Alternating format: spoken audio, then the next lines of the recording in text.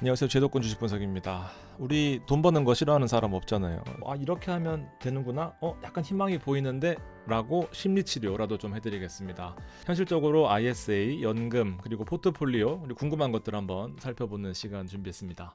큰 틀에서 투자에서 가장 중요한 것이 뭐라고 물어보시면은 저는 균형이라고 생각합니다. 자, 시간으로 살펴보면은 남은 시간과 어떤 내 자본을 어디에 투입해야 되는지를 한번 고민해 볼 필요가 있습니다. 인적 자본은 아시겠지만 내가 앞으로 벌 수 있는 노동력, 급여, 사업소득 이런 겁니다. 금융은 돈 모은 거죠. 2040에는 아무래도 인적 자본이 더 클 거고요. 금융 자본이 적습니다. 어디에 힘을 더 쏟아야 될까요? 균형 측면에서 보면요. 당연히 금융 자본에다가 좀 더 공격적으로 힘을 실어야지 이 균형이 맞을 거라고 생각합니다. 변동성을 감수하면서 이 자산의 절대 크기를 좀 키워야 되는 게 금융 자본에 힘을 줘야 되는 2040이고요. 자, 시간이 지나서 5060을 그 이상을 바라본다라고 하면은 이제는 완전히 상황이 바뀌어야 되는 거죠. 여기서 인적 자본을 구성이 작다고 해서 이걸 늘려가지고 노동력을 더 투입하는 것이 아니라 이제 그동안 쌓여진 금융 자본을 바탕으로 이거를 분배하고 어떻게 자산을 잘 지키면서 내 시드로 활용할 건지에 대해서 고민을 해봐야 되는 것. 결국 균형이 좀 중요하다라는 포인트. 제가 증권사 퇴사하고 지금 오후 4시에 방구석에 앉아 있거든요. 저도 13년 동안 열심히 살았습니다. 근데 보면은 인생이 갑자기 나아질 줄 알았고요. 갑자기 어떤 나한테 대박인 기회가 올 줄 알았는데 사실은 많이 놓쳤겠지만 그런 기회들이 갑자기 오지는 않았습니다. 그리고 열심히 일 안 하는 사람은 없잖아요. 열심히 일한다고 다 잘 될 거였으면은 2배, 3배, 5배 더 일했을 겁니다. 근데 물리적으로 이제 노동과 이 자본의 관계는 이렇게 사실 1차 함수의 역할이 가깝고요. 이렇게 올리려면 결국에 금융 투자가 필요한 것이 사실이거든요. 그래서 여기 보면은요, 시간과 시드 수익률 이런 것들이 이렇게 만들어주는 과정이라고 보시면 됩니다. 시드가 많으면 기본적으로 도움되는 포인트가 있죠. 그리고 수익률도 마찬가지입니다. 근데 시간이 가장 우리한테 2030, 40한테는 유리한 포인트가 분명히 있다라는 거죠. 앞으로 좀 나아지면 할게요. 근데 그만큼 나아지면은 또 잃는 것이 있을 거고요. 5년 뒤에 시작할게요. 또 그만큼 5년 뒤에 다시 시작해야 된다라는 포인트가 있으니까요. 빨리 준비하면은 시간이라도 내 편 된다라는 거 한번 생각해 보시고 운동 같은 거라고 생각하는데요. 펴구펴기를 이제 한 번에 100개 하는 거랑 하루에 5개씩 꾸준히 하는 게 더 효과적일 것 같다라는 그런 거랑 비교 한번 해보시면 좋겠습니다. 희망적인 메시지를 좀 드려보면요. 자, 제가 옛날에 정말 자주 하던 건데 이제 매월 50만 원씩 연금에다가 넣는 거예요. 그러면서 직장인이나 사업하시는 분들 세액공제 가능하거든요. 저는 필요 없는데요. 안 하셔도 됩니다. 배당이 9%고요. 성장이 1.5%를 가정했을 경우에 1년 동안에 매월 50만 원이니까 원금은 600만 원 들어갈 겁니다. 배당과 성장률을 감안하면은 연 이자가 54만 원이 될 거고요. 기말 현금 흐름은 원금과 이자를 더해서 654만 원 됩니다. 세액공제가 99만 원을 받게 되는데 이거를 그대로 재투자를 하는 거예요. 내년에도 마찬가지로 600만 원을 투입하고 1200만 원 원금이 이런 식으로 불어나고요. 6년 차에 5,500만 원이 됩니다. 이미 3,600만 원에서 5,500만 원으로 불어났거든요. 10년, 15년, 그리고 20년의 포인트를 살펴보시면은 10년 동안의 원금은 6천만 원입니다. 근데 벌써부터 1억 2천만 원까지 늘어났고요. 요렇게 늘어날 거예요. 15년은 2억 5천까지 늘어납니다. 원금은 9천만 원이고요. 자, 20년 차가 돼볼까요? 30살에 시작하면은 한 20년 정도 투자하게 되면 50살 정도 되잖아요. 원금은 1억 2천입니다. 근데 5억까지 불어나게 됩니다. 어쩌면 희망이 좀 보일 수도 있겠다라는 생각을 하게 되는 거죠. 5억 투자하고 커버드 콜의 10% 배당을 월로 지급받게 되면요. 이것저것 세금 다 떼고 세후 300만 원 이상은 노려볼 수 있습니다. 자, 그때 되면은요. 내 주 수입원에서 근로소득이 빠지게 됩니다. 종합소득 걱정하시는 분들 많으실 텐데요. 생각보다 5천만 원 정도는 큰 부담 없이 안정적으로 받으실 수 있으니까요. 한번 고민해 볼 포인트가 있을 것 같습니다. 자, 여기서 이제 문제점은 매년 9%의 성장이 지속될 수 있을 것인가에 대한 고민을 해봐야 될 것 같은데요. 자, 1, 2년 투자한다라고 한다면 주사위를 한 번 던져가지고 1이 3번 나올 수도 있습니다. 그러면 1만 얻는 거죠. 근데 이거를 10번, 20번 던지면요. 어느 정도 평균 가격에 수렴할 겁니다. 대표적으로 장기 투자할 수 있는 ETF 3가지를 갖고 왔는데요. 첫 번째가 S&P 500이고요. 두 번째 커버드 콜 액티브입니다. 주식과 옵션에 투자하면서 상방은 제한하고 하방에 대해서 배당을 일정 부분 꾸준하게 가져가는 역할을 하는 거거든요. 리츠인프라는 상승보다도 임대료를 바탕으로 배당 수익률이 현재 8% 이상을 지급하고 있습니다. 세 가지를 섞으셔도 좋고요. 각각의 ETF를 단독으로 투자하셔도 좋습니다. 변동성이라고 하는 것은 말씀드렸던 것처럼 평균 가격에 수렴하게 되어 있거든요. 자, 오늘의 주인공은 441640이라고 하는 미국 배당 커버드 콜 액티브입니다. 자, 우리가 보통 많이 하는 후회 중에 하나 하나가 자 주가 변동이 이렇게 움직인다라고 보면요. 여러 번의 어떤 포인트들이 있습니다. 안 오를 때 재미없다. 많이 올랐을 때 살 걸. 떨어졌을 때 팔까 살까 고민하다가 여기 올라가면 다시 이게 싸 보이거든요. 자, 그걸 방지하는 가장 좋은 방법이 결국에는 적립식으로 분할 매수하는 겁니다. 그럼 평균가가 여기에 형성되어 있죠. 그러면은 가격이 움직이지 않더라도 혹은 가격이 많이 움직였건 떨어졌건 떨어질 때 많이 사고 여기서도 많이 사고 하면 평균가가 여기에 맞춰진단 말이에요. 자, 그렇게 되면은 가격이 좀 올랐을 때는 배당이 약 1%씩 지급이 되고요. 가격이 가장 낮았을 때 요때를 보면은 약 한 6% 정도 지급이 됩니다. 평균적으로 한 8% 정도 지급이 된다라고 하면은 나머지 포트폴리오 조합이나 혹은 S&P가 역사적으로 15%씩 성장해 왔기 때문에 3년 이상 빠진 적이 없다라고 하면은 요렇게 또 떨어질 때 사고 결국 또 오를 때 이것들이 다 시드가 돼서 평균가 여기에 있을 거 아닙니까? 조금만 올라와도 금방 회복되거든요. 자, 이런 것들을 바탕으로 장기 투자하게 되면은 빠지는 것, 오르는 것 신경 쓰시지 않고 오랫동안 투자할 수 있겠다라는 포인트를 한번 고민해 보면 좋겠습니다.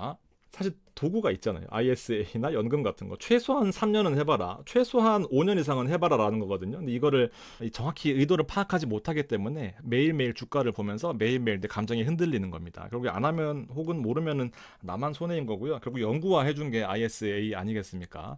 지난번에도 비교해 드렸던 것처럼 ISA는 사실 장점이 되게 많아요. 400만 원까지 혹은 200만 원까지 내가 벌어들인 수익에 대해서 비과세, 그리고 벌은 것에 대해서 벌은 것과 손해본 것을 통산해줘가지고 진짜 번 것에 대해서만 세금을 특히나 저율 분리과세 해주겠다라는 거거든요. 그리고 방금 보여드렸던 441640 같은 경우에는 보통 S&P나 리츠와는 성격이 조금은 다르죠. 커버드 콜 들어갑니다. 특히나 미국 주식 기반으로 된 커버드 콜인 거고요. 주식의 비중을 100%를 하는 것이 아니라 이 비중을 일부 줄여서 옵션을 투자하는 건데 옵션은 위험한 거 아니야? 당연히 위험합니다만 계좌가 안 망하게 일정 범위 내에서만 투자하기 때문에 사실은 이 옵션이 무너질 정도면은 다른 자산들도 대부분 하락했을 거다라고 보시고 큰 틀에서 그냥 대수롭지 않게 여기치는 게 중요합니다. 세금 부분이 좀 중요할 수 있을 텐데요. 왜냐하면 미국 할머니가 이제 이 커버드 콜을 큰 틀에서 보면은 할머니가 배당을 줍니다. 그러면은 이 커버드 콜은 주식과 옵션이 있다라고 말씀드렸잖아요. 할머니가 이 주식은 심플하기 때문에 세금을 떼고 우리한테 배당을 줍니다. 왜냐하면 옵션은 어렵기 때문에 그냥 네가 가져가 하는 거예요. 그러면은 주식에 대한 배당금은 원천징수가 됐을 거고요. 옵션은 그대로 한국으로 뚝 떨어져서 나오게 됩니다. 그게 이제 일반 계좌에서는 우리도 전문가가 있는데 어렵지 않아 하면서 국내에서는 이걸 원천징수 하는 거고요. 절세 계좌에서는 이 뚝 떨어져 나오는 이 옵션에 대한 배당금을 그대로 다 줍니다. 과세 이연되는 거죠. 그래서 기본적으로 미국 기반의 커버드 콜은 절세 계좌에서 투자하시는 것이 훨씬 더 유리하다라고 보시면 될 것 같습니다. 자, 그리고 지난번에 제가 말씀드렸던 것처럼 이 최대 5년까지 만기 연장 가능하거든요. 그리고 3년이 기본 세팅입니다. 3년 동안은 네가 한번 투자를 해봐야 투자의 참맛을 느낄 수 있지 않겠느냐라고 국가에서 설정한 거고요. 중도 인출이 가능한데 댓글에도 있던데 중도 인출하면은요 단 재입금은 안 됩니다. 2천만 원을 넣어놓고 1,000만 원 뺄 수 있는데요. 다시 여유가 생겨서 다시 넣겠다. 그때는 안 됩니다. 그러니까 웬만하면 그냥 꾸준하게 투자할 수 있는 금액으로 투자하시는 게 좋겠고요. 그리고 세제 혜택에 대해서 관심 많으실 텐데요. ISA의 만기 자금을 연금으로 이체, 보통 6천만 원 이상 될 거 아닙니까? 그러면은 10%까지 추가 세액 공제인데요. 300만 원 한도입니다. 그러니까 최대로 300만 원까지 세액 공제 해주겠다라는 그런 의미인데 300만 원 돌려준다라는 것은 아니고요.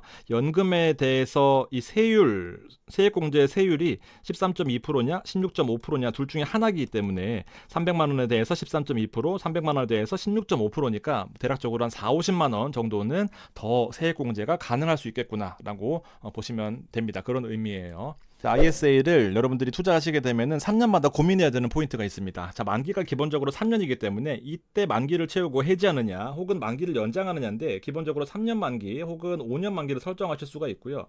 그리고 처음 가입할 때 이 가입 기간을 얼마나 설정할 수 있느냐인데 기본적으로 연구 무한으로 해두셔야 됩니다. 어떻게 될지 모르니까 일단은 만기를 최대한 늘려놓는 거죠. 어떤 것이 확실하게 좋다라고 말할 수는 없지만 기본적으로 큰 틀의 장단점은 있습니다. 자, 만기 연장을 하게 되면요 속편하죠. 그냥 만기 연장하는 겁니다. 두 번째, 비과세를 못 채웠다. 비과세 한도가 200만 원, 400만 원 있잖아요. 이거를 못 채웠다. 그러면은 그냥 유지하시는 것이 더 도움이 될 수 있습니다.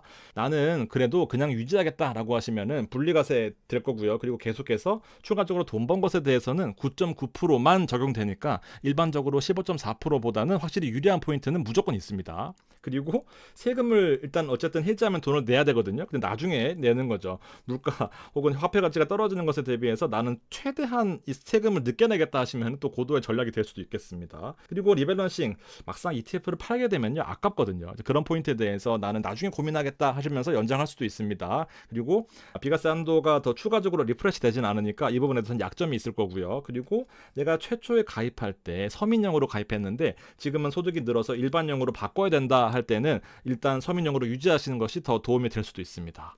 두 번째는 3년 만기마다 해지하는 전략이거든요. 보통 200만 원, 400만 원 비과세가 분리과세, 저율과세보다 더 큰 혜택이 있는 경우들이 많기 때문에 일단 무조건 저는 3년 만기 그리고 비과세 한도가 다 찼다라고 하면 해지하는 것을 추천드립니다. 그리고 세액공제, 아까 말씀드렸던 것처럼 세액공제 받는 혜택이 있기 때문에 3년 만기 직전에 뭐 MMF라도 넣어놓고 그냥 이전한다라고 하더라도 이게 나올 수 있는 포인트가 있습니다. 그래서 비과세 한도가 차면은 이런 것들 고민할 시간에 새로 개설하고 우리가 비과세 한도를 리프레시하는 것이 낫겠다라는 생각입니다. 마지막으로 연금 정리하고 마무리하겠습니다. 제가 X표 쳐놓은 거는요, 노동력 투입만큼 자본이 늘어나면 안 되는 1차 함수를 나타낸 거고요.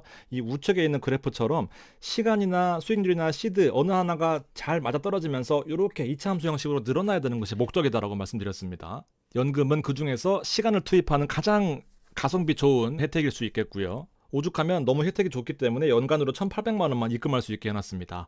국민 누구나 가입 가능합니다. 직장인 뭐 할 것 없이 엄마, 아빠, 할머니, 할아버지 다 가입 가능하고요. 연간으로 1,800만 원 납입할 수 있는데 앞서 설명드렸던 것처럼 ISA에서 300만 원 한도로 만기 전환 금액까지 포함할 수 있다라는 포인트가 중요할 것 같습니다. 그래서 연간으로 600만 원 세액공제 한도, IRP까지 300만 원, 그 다음에 ISA 전환 금액 300만 원까지 추가 공제를 하게 되면요, 1,200만 원까지 세액공제 가능하거든요. 이게 전부 돌려져 나온다는 것은 아니고 급여에 따라서 5,500만 원 기준입니다. 13.2%, 많게는 16.5%인데요. 이게 바로 세율이 되는 거고 여기 곱하게 되면 대략 200만 원까지도 세액공제 받을 수 있는 포인트가 있으니까 여러분들 세액공제 혜택을 한번 살펴보시면 좋겠습니다.